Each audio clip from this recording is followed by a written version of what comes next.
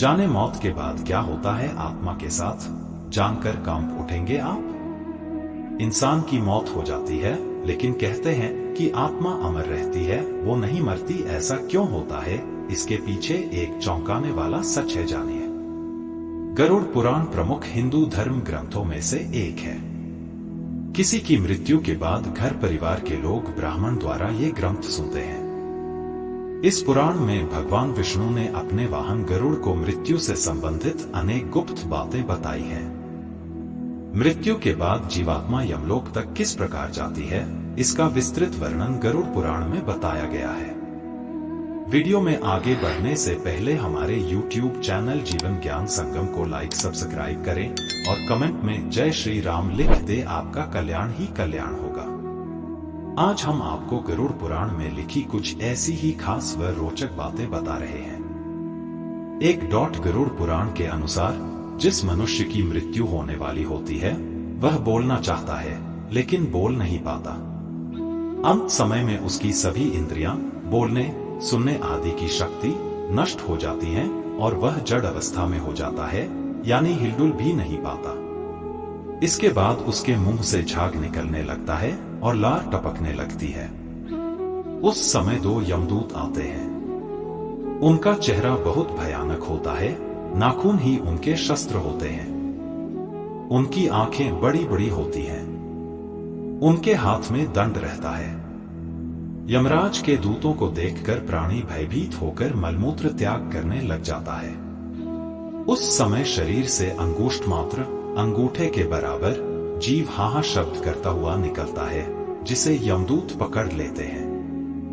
2 यमराज के दूत उस शरीर को पकड़कर उसी समय यमलोक ले जाते हैं, जैसे राजा के सैनिक अपराध करने वाले को पकड़कर ले जाते हैं। उस पापी जीवात्मा को रास्ते में थकने पर भी यमराज के दूत डराते हैं और उसे नरक में मिलने वाले दुखों के बारे में बार बार बताते हैं। यमदूतों की ऐसी भयानक बातें सुनकर पापात्मा जोर जोर से रोने लगती है, किंतु यमदूत उस पर बिल्कुल भी दया नहीं करते। 3 इसके बाद वह अंगूठे के बराबर शरीर यमदूतों से डरता और कांपता हुआ, कुत्तों के काटने से दुखी हो, अपने पापों को याद करते हुए चलता है। आग की तरह गर्म हवा तथा गर्म बालू पर वह जीव चल नहीं पाता है और वह भूख प्यास से तड़पता है। तब यमदूत उसकी पीठ पर चाबुक मारते हुए उसे आगे ले जाते हैं। वह जीव जगह गिरता है और बेहोश हो जाता है, फिर उठकर चलने लगता है। इस प्रकार यमदूत जीवात्मा को अंधकार वाले रास्ते से यमलोक ले जाते हैं। 4 गरुड़ पुराण के अनुसार यमलोक 99,000 योजन वैदिक काल की लंबाई मापने की इकाई है। 1 योजन बराबर होता है 4 कोस, यानी 13 से 16 किमी है।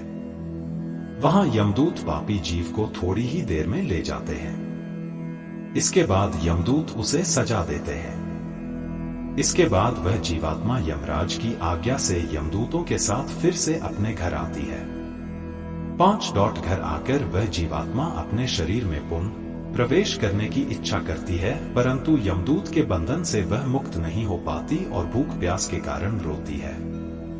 पुत्र आदि जो पिंड और अंत समय में दान करते हैं, उससे भी प्राणी को तृप्ति नहीं होती, क्योंकि पापी लोग को दान, श्रद्धांजलि द्वारा तृप्ति नहीं मिलती। इस प्रकार भूख प्यास से युक्त होकर वह जीव यमलोक जाता है। 6 इसके बाद पापात्मा के पुत्र आदि परिजन यदि पिंडदान नहीं देते हैं तो वह प्रेत रूप हो जाती है और लंबे समय तक सुनसान जंगल में रहती है।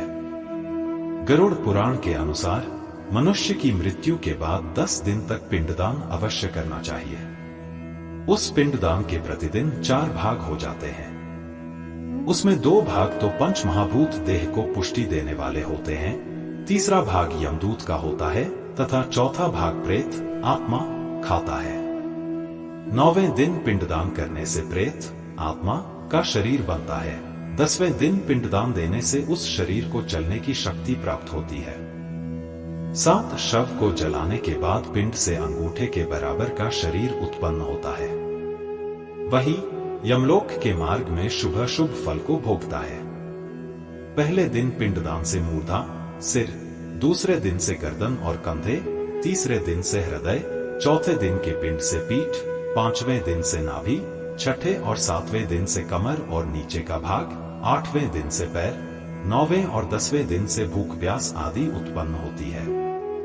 ऐसे पिंड शरीर को धारण कर भूख प्यास से व्याकुल प्रेत 11वें और 12वें दिन का भोजन करता है। 8 यमदूतों द्वारा 13वें दिन प्रेत आत्मा को बंदर की तरह पकड़ लिया जाता है। इसके बाद वह प्रेत भूख प्यास से तड़पता हुआ यमलोक अकेला ही जाता है। यमलोक तक पहुंचने का रास्ता वैतरणी नदी को छोड़कर 86,000 योजन है। 47 दिन लगातार चलकर आत्मा यमलोक पहुंचती है। इस प्रकार मार्ग में 16 पुरियों को पार कर पापी जीव यमराज के घर जाता है।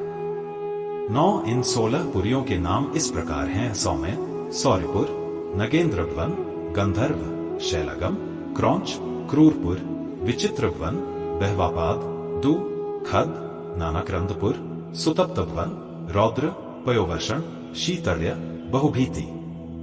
इन 16 पुरियों को पार करने के बाद आगे यमराज पुरी आती है।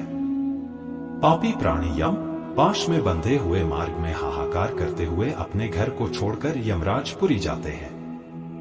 आज के लिए बस इतना ही। मिलते हैं न्यू वीडियो पर। जय हिंद, जय भारत।